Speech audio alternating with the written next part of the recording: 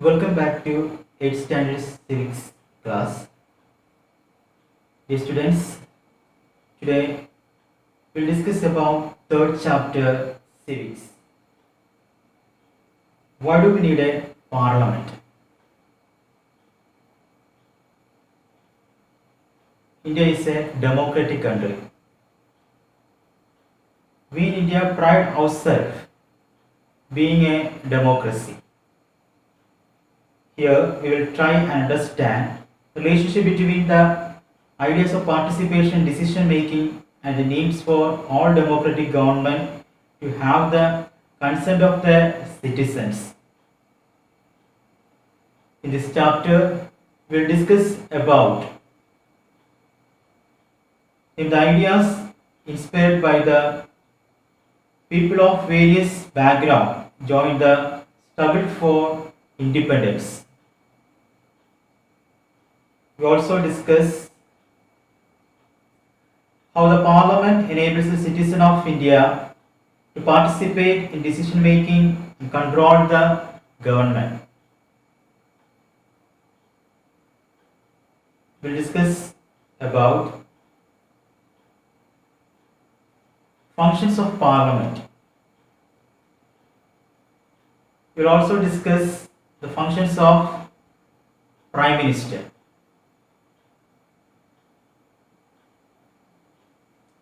In this chapter, we will try to see how the parliament enables citizens of India to participate in decision making and control the government, thus making it the most important symbol of Indian democracy and key features of the constitution. ഈ ചാപ്റ്ററിൽ നമ്മൾ പഠിക്കുന്നത് why do we need a parliament?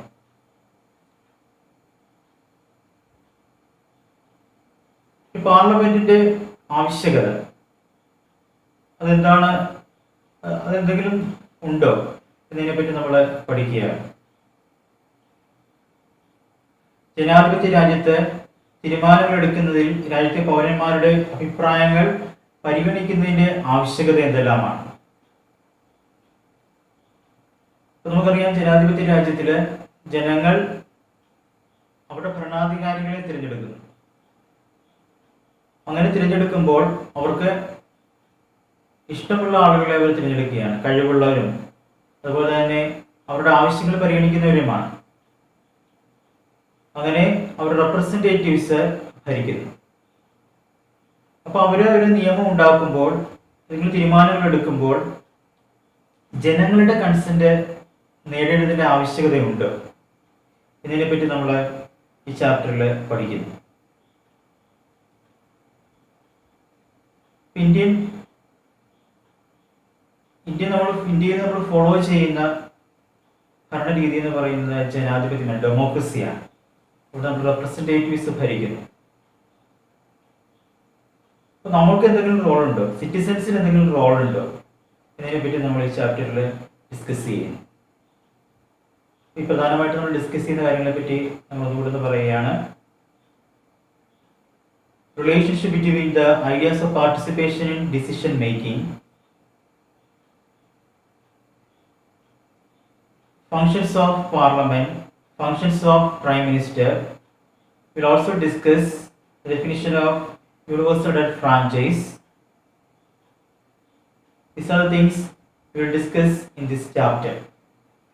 Name the ideas inspired by the people of various background joined the struggle for independence. These are the ideas. People from various backgrounds joined the struggle and they were inspired by the ideas of freedom, equality and participation in decision making. എന്തൊക്കെ ideas ആണ് ഇന്ത്യയിലുണ്ടായിരുന്ന ജനങ്ങളെ ബ്രിട്ടീഷുകാരുടെ അടിമത്തത്തിൽ നിന്ന് മോചിപ്പിക്കുവാനായിട്ട് സ്വാതന്ത്ര്യ സമരത്തിലേക്ക് നയിച്ചത് എന്ന് ഒരു ചോദ്യമാണ് ഇവിടെ ചോദിക്കുന്നത്. എന്തൊക്കെ ഐഡിയാസ് ആണ്? Ideas of freedom, equality and participation in decision making. സ്വാതന്ത്ര്യം, സമത്വം, അതുപോലെ തീരുമാനങ്ങൾ എടുക്കാനുള്ള അവരുടെ പങ്കാളിത്തം, ജനങ്ങളുടെ പങ്കാളിത്തം എന്നീ ആശയങ്ങളാണ് ജനങ്ങളെ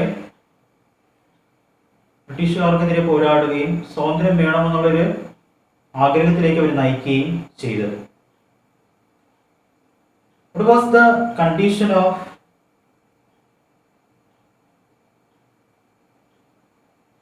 people under the British rule? British ഭരണകാലത്ത് ഇന്ത്യയിലെ ജനങ്ങളുടെ അവസ്ഥ എന്തെല്ലാമായിരുന്നു? Under the colonial rule, the people had lived in fear of British government and did not agree with many of the decisions that they took. But they faced grave danger if they tried to criticize these decisions. The freedom movement changed this situation.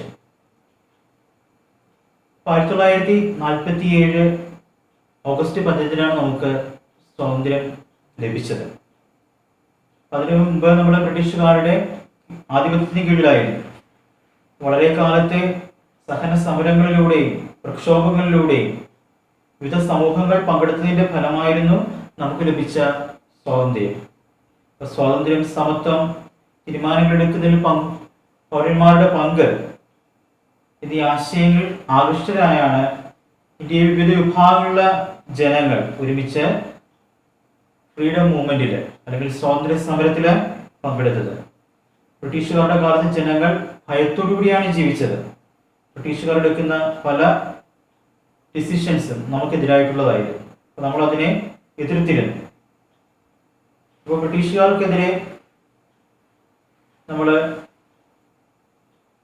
ഒന്നിക്കുകയാണ് ചെയ്തത്. സ്വാതന്ത്ര്യം, സമത്വം, സാഹോദര്യം എന്നൊക്കെ പറയുന്ന ഈ ആശയങ്ങളാണ് നമ്മളെ Indian സ്വാതന്ത്ര്യ സമരത്തിലേക്ക് നയിച്ചത്. ഫ്രീഡം മൂവ്മെന്റ് മേൽപ്പറഞ്ഞ സിറ്റുവേഷനെ മാറ്റിമറിക്കുകയാണ്. അപ്പോൾ അവിടെ സ്വാതന്ത്ര്യ സമരത്തിൽ പല വിഭാഗങ്ങളുണ്ടെന്ന് നമ്മൾ പഠിച്ചു. അതിന് നാഷണലിസ്റ്റുകൾ ഓപ്പണായിട്ട് ബ്രിട്ടീഷ് ഗവൺമെന്റിനെ ക്രിട്ടിസൈസ് ചെയ്യാൻ തുടങ്ങുകയും പല ഡിമാൻഡുകൾ വെക്കുകയും ചെയ്തു. 1885 ഇന്ത്യൻ നാഷണൽ കോൺഗ്രസ് തിരഞ്ഞെടുക്കപ്പെട്ട മെമ്പേഴ്സുള്ള ലെജിസ്ലേച്ചർ ഉണ്ടാകണമെന്നും അവിടെ ബജറ്റ് ചർച്ച ചെയ്യപ്പെടണമെന്നും ചോദ്യങ്ങൾ ചോദിക്കാൻ അവസരങ്ങൾ ലഭിക്കണമെന്നും ഡിമാൻഡ് ചെയ്തു. ഇന്ത്യൻ നാഷണൽ കോൺഗ്രസിന്റെ ഒരു റോളാണ് ഇവിടെ നമ്മൾ കാണുന്നത്.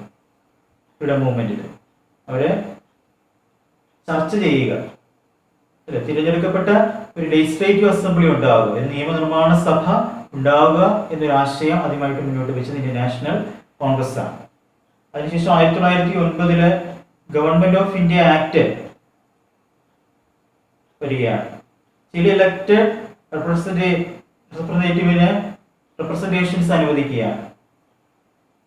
നാഷണലിസ്റ്റുകളുടെ ഡിമാൻഡുകൾ വർദ്ധിച്ചപ്പോൾ പ്രത്യേകിച്ച് യൂണിവേഴ്സൽ അഡൽട്ട് ഫ്രാഞ്ചൈസ് എന്ന് പറയുന്ന ആശയം, പ്രായപൂർത്തി വോട്ടവകാശം എന്ന് പറയുന്ന ഡിമാൻഡ് നാഷണലിസ്റ്റുകൾ ബ്രിട്ടീഷ് ഗവൺമെന്റിന് മുൻപ് വെക്കുകയാണ്. എന്നാൽ ബ്രിട്ടീഷ് ഗവൺമെന്റ് അത് അനുവദിച്ചില്ല. അതിനെ അടിച്ചമർത്താനാണ് അവരെ ശ്രമിച്ചത്.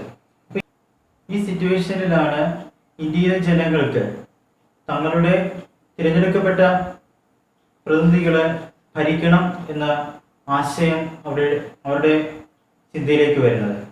അങ്ങനെ ഇലക്ടഡ് റെപ്രസെന്റേറ്റീവ്സിന്റെ തിരഞ്ഞെടുപ്പുമായിട്ട് ബന്ധപ്പെട്ടുള്ള കോൺസ്റ്റിറ്റ്യുവൻസീസ് ഉണ്ടാകുന്നതിനെ പറ്റി അവരെ ഡിമാൻഡ് ചെയ്യുകയാണ്. എന്നാൽ ബ്രിട്ടീഷുകാർ അത് അനുവദിച്ചില്ല. പിന്നീട് ഇന്ത്യ സ്വാതന്ത്ര്യമായതിനു ശേഷമാണ് ഇന്ത്യയിൽ തിരഞ്ഞെടുപ്പുകൾ നടക്കുകയും ഇന്ത്യൻ പാർലമെന്റ് രൂപീകരിക്കുകയും ഒക്കെ ചെയ്തത്. അതിന്റെ ഫലമായിട്ട് ഇലക്ടഡ് റെപ്രസെന്റേറ്റീവ്സ്, നമ്മൾ തിരഞ്ഞെടുക്കപ്പെട്ട ഇലക്ടഡ് റെപ്രസെന്റേറ്റീവ്സ് നമ്മളെ ഭരിക്കുന്ന അവസ്ഥ ഉണ്ടാവുകയാണ്. അവര് തീരുമാനങ്ങൾ എടുക്കുമ്പോൾ ജനങ്ങളുമായിട്ട് ആശയവിനിമയങ്ങൾ നടത്തി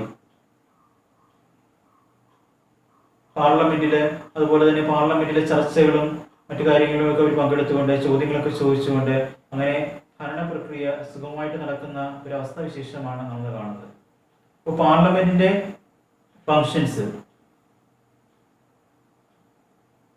എംപിമാരെ നമ്മൾ തിരഞ്ഞെടുക്കുന്നു, അവരുടെ ഫങ്ഷൻസ് എന്തെല്ലാമാണ്, അതുപോലെ തന്നെ നാഷണൽ ഗവൺമെന്റിന്റെ പ്രവർത്തനങ്ങളെ പറ്റിയും അതുപോലെ അവിടെയുള്ള മിനിസ്റ്റേഴ്സിന്റെയും പ്രൈം മിനിസ്റ്ററിന്റെയും ഫങ്ഷൻസിനെ പറ്റിയൊക്കെ നമ്മൾ ഈ ചാപ്റ്ററിൽ പഠിക്കാനായിട്ട് പോവുകയാണ്. എല്ലാവരും ശ്രദ്ധയോടുകൂടി ക്ലാസ്സിൽ പങ്കെടുക്കുക, എല്ലാവരും ശ്രദ്ധിക്കുക. Next we will discuss about what is the role of people in democracy. ജനാധിപത്യത്തിൽ ജനങ്ങളുടെ പങ്കെന്താണ്?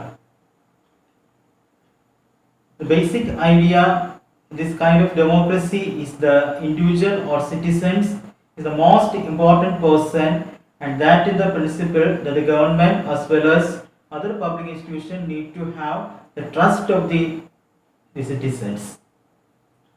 ഇപ്പോൾ ഡെമോക്രസിയിലെ ഏറ്റവും അടിസ്ഥാനപരമായിട്ടുള്ള ആശയങ്ങളിൽ ഒന്നാണ് ദ ഇൻഡിവിജ്വൽ ഓർ സിറ്റിസൺസ്, വ്യക്തി അല്ലെങ്കിൽ സിറ്റിസൺ, പൗരൻ എന്ന് പറയുന്നത്. നമ്മളെല്ലാവരും ഇന്ത്യൻ സിറ്റിസൺ ആണ്, ഇന്ത്യൻ പൗരനാണ്.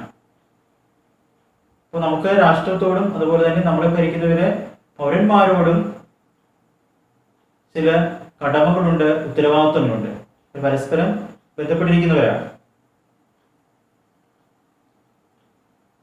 ഗവൺമെന്റും അതുപോലെ മറ്റ് പബ്ലിക് ഇൻസ്റ്റിറ്റ്യൂഷൻസും ജനങ്ങളുടെ വിശ്വാസപൂർവ്വം കണക്കിലെടുത്ത് വേണം ഒരു നിയമനിർമ്മാണങ്ങൾ ഉണ്ടാക്കുവാനായിട്ട്. അവരുടെ ദൗത്യം എന്ന് പറയുന്നത് ജനങ്ങളെ സേവിക്കുന്നതാണ്. ഇവരൊറ്റയ്ക്ക് തീരുമാനമെടുക്കുകയല്ല, ജനങ്ങളുടെ കൺസെന്റ് നേടിയതിനു ശേഷം വേണം തീരുമാനങ്ങൾ എടുക്കുവാനായിട്ട്. ഏകപക്ഷീയമായിട്ട് തീരുമാനങ്ങൾ അടിച്ചേൽപ്പിക്കുകയല്ല. ജനാധിപത്യത്തിൽ ജനങ്ങളുമായിട്ട് ചർച്ച ചെയ്ത് വേണം തീരുമാനങ്ങൾ എടുക്കുവാനായിട്ട്. ആ ചർച്ച എവിടെയാണ് നടക്കുന്നത്? പാർലമെന്റിലാണ്. നമ്മൾ ഇലക്ഷനിലൂടെ നമ്മൾ തിരഞ്ഞെടുത്ത ഇലക്ടഡ് റെപ്രസെൻറ്റേറ്റീവ്സ് ആയിട്ടുള്ള MP-മാർ, മെമ്പർ ഓഫ് പാർലമെന്റ്, അപ്പം ഇങ്ങനെ അനേകം MP-മാർ നമ്മുടെ പാർലമെന്റിലുണ്ട്. അവരെ അവിടെ ചർച്ച ചെയ്യുകയും ചോദ്യങ്ങൾ ചോദിക്കുകയും ഓരോ കോൺസ്റ്റിറ്റ്യുവൻസീസിനും വേണ്ടിയുള്ള കാര്യങ്ങൾ അവർ അവതരിപ്പിക്കുകയും ചെയ്യും.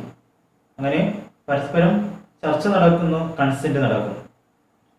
ജനങ്ങളാണ് അവരെ തിരഞ്ഞെടുക്കുന്നത്. ജനങ്ങളെ തങ്ങൾക്ക് വിശ്വാസമുള്ള, കഴിവുള്ള, ഇഷ്ടമുള്ള ഭരണാധികാരികളെ തിരഞ്ഞെടുക്കുന്നു. അതുപോലെ ഭരണകർത്താക്കൾക്ക് ജനങ്ങളോട് ചില കടപ്പാടുണ്ട്, അവരോട് ശിസ്തയോട് പെരുമാറണം, അവരുടെ കൺസെന്റ് നേടണം. അങ്ങനെ ജനസേവനമാണ് നടത്തേണ്ടത്. അപ്പോൾ സിറ്റിസൺസ് അവരുടേതായിട്ടുള്ള ദൗത്യമുണ്ട്. ജനാധിപത്യത്തില് പീപ്പിൾ ആൻഡ് ദ റെപ്രസെൻറ്റേറ്റീവ്സ് അവർ തമ്മിലുള്ള ബന്ധമുണ്ട്. ജനാധിപത്യത്തിലെ ജനങ്ങൾക്ക് അവരുടേതായിട്ടുള്ള റോള് ഉണ്ട് എന്നാണ് നമ്മളിവിടെ മനസ്സിലാക്കുന്നത്. How does the individual give approval to the government? The individual give approval to the government through elections. People would elect their representatives to the parliament. Then one group from among these elected representatives form the government. The parliament, which is made up of all representatives together, control and guide the government. In this sense, people through their chosen representatives form the government and also control it. Individual ഗവൺമെന്റിന് approval കൊടുക്കുന്നത് ഇലക്ഷനിലൂടെയാണ്. ഓരോ പൗരന്മാരും government approval കൊടുക്കുന്നത് ഇലക്ഷനിലൂടെയാണ്. ജനങ്ങള് തങ്ങളുടെ റെപ്രസെന്റേറ്റീവിനെ തിരഞ്ഞെടുത്ത് പാർലമെന്റിലേക്ക് അയക്കുന്നു. ഇതിൽ ഒരു കൂട്ടം റെപ്രസെന്റേറ്റീവ്സ് ഗവൺമെന്റിന്റെ ഭാഗമാകും. പാർലമെന്റില് ഭരണപക്ഷവും പ്രതിപക്ഷവുമുണ്ട്. പാർലമെന്റ് രൂപപ്പെട്ടിരിക്കുന്നത് ഭൂരിപക്ഷമുള്ള പാർട്ടി ഭരണപക്ഷത്താവുകയാണ്, ഭൂരിപക്ഷം കുറവുള്ളവരെ പാർട്ടികൾ പ്രതിപക്ഷത്താവുന്നു. അപ്പോൾ ഈ ഇലക്ടഡ് റെപ്രസെൻറ്റേറ്റീവ്സ് ആണ് നമ്മുടെ പ്രതിനിധികളായിട്ട് നിന്നുകൊണ്ട് നമുക്ക് വേണ്ടി അവിടെ ഭരിക്കുന്നത്. ഇലക്ടഡ് റെപ്രസെൻറ്റേറ്റീവ്സ് ഒരുമിച്ച് ഗവൺമെന്റിനെ കൺട്രോൾ ചെയ്യുകയും ഗൈഡ് ചെയ്യുകയും ചെയ്യും. ഈ അർത്ഥത്തിൽ ജനങ്ങൾ തിരഞ്ഞെടുക്കുന്ന റെപ്രസെൻറ്റേറ്റീവ്സിലൂടെ ഗവൺമെന്റ് രൂപീകരിക്കുകയും നിയന്ത്രിക്കുകയും ചെയ്യുന്നു. ജനങ്ങളാണ് അതിനെ നിയന്ത്രിക്കുന്നത്. ഇപ്പം നിങ്ങൾക്കറിയാം, പലതരത്തിലുള്ള കോൺസ്റ്റിറ്റ്യുവൻസീസ് ഉണ്ട്. ഈ കേരളത്തില് 20 കോൺസ്റ്റിറ്റ്യുവൻസീസ് ആണുള്ളത്, പാർലമെന്റ് കോൺസ്റ്റിറ്റ്യുവൻസീസ്. നമ്മുടെ കോൺസ്റ്റിറ്റ്യുവൻസി ഏതാണ്? ആലപ്പുഴ. നമുക്കടുത്ത് നമ്മുടെ അയൽ കോൺസ്റ്റിറ്റ്യുവൻസീസ് ഏതൊക്കെയാണ്? അപ്പോൾ എറണാകുളം ഉണ്ട്, അതുപോലെ തന്നെ മാവേലിക്കര. നമ്മുടെ കോൺസ്റ്റിറ്റ്യുവൻസിയുടെ മെമ്പർ ആരാണ്? MP ആരാണ്? ആരിഫാണ്. ഇനി എറണാകുളത്തത് ഹൈബിയുടെ, മാവേലിക്കരയുടെ കൊടിക്കുന്നിൽ സുരേഷാണ്. ഇവരൊക്കെ അങ്ങനെ 20 കോൺസ്റ്റിറ്റ്യുവൻസീസ് ആണ് നമുക്ക് പാർലമെന്റ് കോൺസ്റ്റിറ്റ്യുവൻസി ആയിട്ട് ഉള്ളത്. അത് 20 റെപ്രസെൻറ്റേറ്റീവ്സ് കേരളത്തിൽ നിന്ന് പാർലമെന്റിൽ ഉണ്ട്, തിരഞ്ഞെടുക്കപ്പെട്ടവരായിട്ടുള്ളത്. പാർലമെന്റ് ഇലക്ഷനിലാണ് അവരെ തിരഞ്ഞെടുക്കപ്പെട്ടിട്ടുള്ളത്. അപ്പോൾ ജനങ്ങളാണ് അവരെ തിരഞ്ഞെടുക്കുന്നത്. Students, now we'll discuss about Indian Parliament. The Parliament of India is the supreme lawmaking institution. It has two houses, the Rajya Sabha and the Lok Sabha. Indian parliament എന്ന് പറയുന്നത് സുപ്രീം ലോ മേക്കിംഗ് ഇൻസ്റ്റിറ്റ്യൂഷൻ ആണ്. ഇന്ത്യയിലെ നിയമനിർമ്മാണ സഭ, പരമോന്നതമായിട്ടുള്ള നിയമനിർമ്മാണ സഭയാണ് parliament എന്ന് പറയുന്നത്. ഇന്ത്യൻ പാർലമെന്റിന് 2 ഹൗസുകളുണ്ട്, രാജ്യസഭയും ലോക്സഭയും. Rajya Sabha with a total strength of 245 members is chaired by the Vice President of India. രാജ്യസഭയിലെ ടോട്ടൽ സ്ട്രെങ്ത് എന്ന് പറയും, ടോട്ടൽ അംഗങ്ങളുടെ എണ്ണം എന്ന് പറയുന്നത് 245 പേരാണ്. അതിന്റെ അധ്യക്ഷൻ എന്ന് പറയുന്നത് വൈസ് പ്രസിഡന്റ് ആണ്. ഇന്ത്യയുടെ വൈസ് പ്രസിഡന്റ് ആണ് അതിന്റെ അധ്യക്ഷൻ എന്ന് പറയുന്നത്. Lok Sabha with a total membership of 545 is presided over by the speaker. ലോക്സഭയിലെ മുഴുവൻ അംഗങ്ങളുടെ എണ്ണം എന്ന് പറയുന്നത് 545 ആണ്. ലോക്സഭയുടെ അധ്യക്ഷൻ സ്പീക്കറാണ്. നിങ്ങൾ ഇന്ത്യൻ പാർലമെന്റിന്റെ പിക്ചർ നിങ്ങൾ കണ്ടു കാണും. പലപ്പോഴും ന്യൂസ് ചാനലുകളിൽ നിങ്ങൾ അവിടെ നടക്കുന്ന ചർച്ചകൾ, അതിൻ്റെ ചില സമയങ്ങളിൽ അതിന് ലൈവായിട്ടുള്ള ചോദ്യോത്തര വേള നിങ്ങൾ കണ്ടു കാണും. രാജ്യസഭയും ലോക്സഭയും ഇത് കാണാനായിട്ട് സാധിക്കും. അതിന് പ്രത്യേകം ചാനലുകളുണ്ട്. ആ ചാനലുകളിൽ ലൈവായിട്ട് അവിടെ നടക്കുന്ന ചർച്ചകളും ഇവിടെ നടക്കുന്ന കാര്യങ്ങളൊക്കെ നമുക്ക് കാണുവാനായിട്ട് സാധിക്കും. അതെല്ലാവരും കണ്ട് മനസ്സിലാക്കണം. ടെക്സ്റ്റ് ബുക്ക് നന്നായിട്ട് വായിക്കുക, ഇത് കാര്യങ്ങൾ മനസ്സിലാക്കണം. We move to next subtopic, Lok Sabha elections. 5 years കൂടുമ്പോഴാണ് ലോക്സഭയിലേക്ക് ഇലക്ഷൻസ് നടക്കുന്നത്. അതായത് വിവിധ കോൺസ്റ്റിറ്റ്യുവൻസികളായിട്ട് തിരിച്ചിരിക്കുന്നു. ഈ കോൺസ്റ്റിറ്റ്യുവൻസിയിൽ നിന്നും പല പാർട്ടിയിലുള്ള ആളുകൾ മത്സരിക്കുന്നു. അതിൽ കൂടുതൽ വോട്ട് കിട്ടുന്നവര് വിജയിക്കുന്നു. അപ്പോൾ ഈ തിരഞ്ഞെടുക്കപ്പെട്ട ഈ റെപ്രസെൻറ്റേറ്റീവ്സിനെ MPs or member of parliament എന്നാണ് പറയുന്നത്. ഞാൻ നേരത്തെ പറഞ്ഞു, നമ്മൾ ആലപ്പുഴ കോൺസ്റ്റിറ്റ്യുവൻസിയിൽ ഉള്ളവരാണ് ഇവിടെ കൂടുതലുള്ളത്. നമ്മുടെ ക്ലാസ്സിൽ ഭൂരിഭാഗം ആലപ്പുഴ കോൺസ്റ്റിറ്റ്യൂഷൻ ഉൾപ്പെടുന്നവരാണ്. അപ്പോൾ നമ്മളുടെ MP എന്ന് പറയുന്ന ആരാണ് നമ്മൾ നേരത്തെ പറഞ്ഞു. അപ്പോൾ MP എന്ന് വെച്ചാൽ എന്താണ്? Member of parliament. We move to next subtopic, functions of parliament. First function is to select the national government. നമ്മുടെ കേന്ദ്ര ഗവൺമെന്റിനെ തിരഞ്ഞെടുക്കുക എന്നുള്ളത് പാർലമെന്റിന്റെ ഒരു ഫംഗ്ഷനാണ്. Second, to control, guide and inform the government. Dear students, next we discuss about Lok Sabha elections. ലോക്സഭയിലേക്ക് elections നടക്കുന്നത് 5 വർഷം കൂടുമ്പോഴാണ്. അപ്പോൾ നമ്മൾ പറഞ്ഞു, നമ്മുടെ രാജ്യത്തെ വിവിധ കോൺസ്റ്റിറ്റ്യുവൻസികളായിട്ട് തരംതിരിച്ചിരിക്കുന്നവരാണ്. കേരളത്തിലെ 20 പാർലമെന്ററി കോൺസ്റ്റിറ്റ്യുവൻസികളാണ് ഉള്ളതെന്ന് നേരത്തെ നമ്മൾ മനസ്സിലാക്കി. അപ്പോൾ നമ്മൾ തിരഞ്ഞെടുക്കപ്പെടുന്ന ഈ പാർലമെന്റ് കോൺസ്റ്റിറ്റ്യുവൻസി തിരഞ്ഞെടുക്കപ്പെടുന്ന ആളുകൾ പറയുന്ന പേരാണ് MPs, മെമ്പർ ഓഫ് പാർലമെന്റ് എന്ന് പറയുന്നത്. Once elections to the parliament have taken place, the parliament needs to perform the following functions. Election നടന്നതിന് ശേഷം പാർലമെന്റ് നമ്മൾ പ്രവർത്തിക്കണമെങ്കിൽ ചില കാര്യങ്ങൾ ചെയ്യേണ്ടതായിട്ടുണ്ട്. ഒന്നാമതായിട്ട് ചെയ്യേണ്ടത് to select the national government, ഒരു ദേശീയ ഗവൺമെന്റിനെ തിരഞ്ഞെടുക്കുക എന്നുള്ളതും. Second, to control, guide and inform the government. Third one, law making. Indian parliament എന്ന് പറയുന്നത് പ്രസിഡന്റ്, രാജ്യസഭ, ലോക്സഭ എന്നിവ ഉൾക്കൊള്ളുന്നവയാണ്. ലോക്സഭ ഇലക്ഷന് ശേഷം എത്ര എം പിമാർ ഓരോ പൊളിറ്റിക്കൽ പാർട്ടിയിലും ഉണ്ട് എന്ന് ലിസ്റ്റ് ആദ്യം പ്രിപ്പയർ ചെയ്യും. അതിൽ ഭൂരിപക്ഷമുള്ള എം പിമാർ ഏത് പൊളിറ്റിക്കൽ പാർട്ടീസിലാണ് ഉള്ളതെന്ന് മനസ്സിലാക്കുകയും ഭൂരിപക്ഷം കിട്ടിയ എം പിമാർ ഉള്ള പാർട്ടി ഒരു ലീഡറെ തിരഞ്ഞെടുക്കുകയും അത് വീണ്ടും പ്രൈം മിനിസ്റ്ററായിട്ട് തിരഞ്ഞെടുക്കുകയും ചെയ്യുന്നു. പിന്നീട് അത് റൂളിംഗ് പാർട്ടിയായിട്ട് മാറുകയും അവർ ഗവൺമെന്റ് ഫോം ചെയ്യുകയും ചെയ്യും. ലോക്സഭയിൽ ഒരു പാർട്ടിക്ക് ഭൂരിപക്ഷം കിട്ടണമെങ്കിൽ 272 പേരിൽ കൂടുതൽ ഉണ്ടായിരിക്കണം. 272 എം പിമാരിൽ കൂടുതൽ ഒരു പാർട്ടിയിൽ ഉണ്ടായിരിക്കണം. അവർ ഗവൺമെന്റ് ഫോം ചെയ്യും. ബാക്കിയുള്ള എം പിമാരുള്ള പൊളിറ്റിക്കൽ പാർട്ടീസ് പ്രതിപക്ഷത്തിരിക്കും. ഒരു ഓപ്പോസിഷൻ പാർട്ടിയായിട്ട് മാറുകയും ഗവൺമെന്റിനെ പ്രതിപക്ഷത്തിരിക്കുകയും ചെയ്യുന്നു. ഗവൺമെന്റിനെ വിമർശിക്കുകയും ഗവൺമെന്റിനെ ഗൈഡ് ചെയ്യുകയൊക്കെ ചെയ്യുന്ന പ്രതിപക്ഷവും ചേർന്നുകൊണ്ടാണ്. മറ്റൊരു ടേമാണ് എക്സിക്യൂട്ടീവ്സ് എന്ന് പറയുന്നത്. The executive is a group of persons who work together to implement the laws made by the parliament. Executives എന്ന് പറയുന്നതാണ് പാർലമെന്റ് ഉണ്ടാക്കുന്ന നിയമങ്ങൾ അത് ഇംപ്ലിമെന്റ് ചെയ്യുന്നത് എക്സിക്യൂട്ടീവ്സ് ആണ്. ഈ രണ്ട് ടേംസ് നമ്മൾ മനസ്സിലാക്കി. Next we will discuss about functions of Prime Minister and other ministers.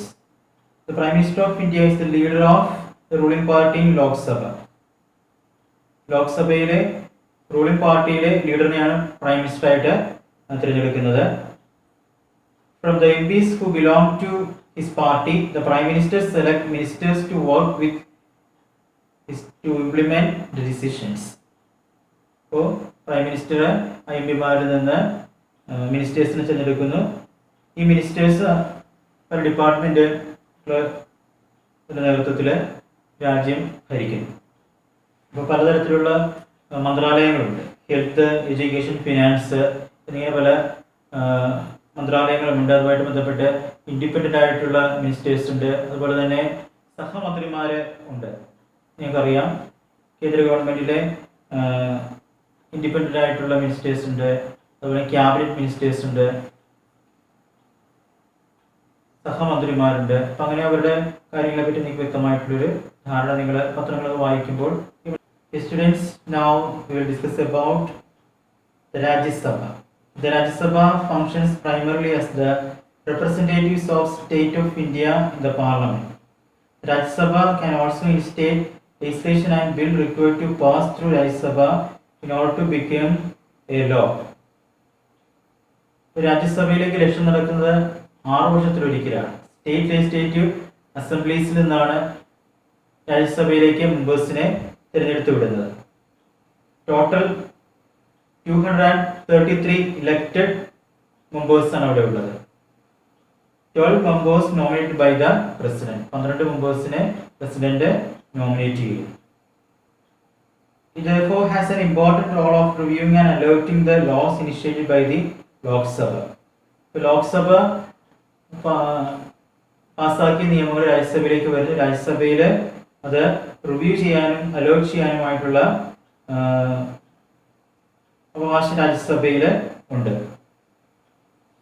The members of Rajya Sabha are elected by the elected members of legislative assemblies of various states. വിവിധ സംസ്ഥാനങ്ങളിൽ നിന്ന് state അസംബ്ലിയിൽ തിരഞ്ഞെടുക്കപ്പെടുന്ന അംഗങ്ങളാണ് രാജ്യസഭയിലേക്ക് അയക്കുന്നത്, റെപ്രസെൻറ്റേറ്റീവ്സ് ആയിട്ട് അയക്കുന്നത്.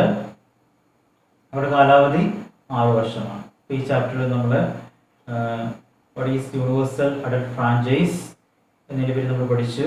അതുപോലെ തന്നെ ഇലക്ടഡ് റെപ്രസെൻറ്റേറ്റീവിൻ്റെ ആവശ്യകത എന്താണ്, അതുപോലെ functions of parliament, functions of prime ministers and ministers, അതുപോലെ parliament divided into 2 houses which are the Rajya Sabha and Lok Sabha. അതിൻ്റെ ഫങ്ഷൻസ് രാജ്യസഭയിലെ ലോക്സഭയിലെ ഫങ്ഷൻസിനെയും അതിൻ്റെ എത്ര മെമ്പേഴ്സ് ഉണ്ട്, അതിൻ്റെ കാലാവധി എത്രയാണ്, ഇതിനെ പറ്റി വ്യക്തമായിട്ട് നമ്മൾ പഠിച്ചു.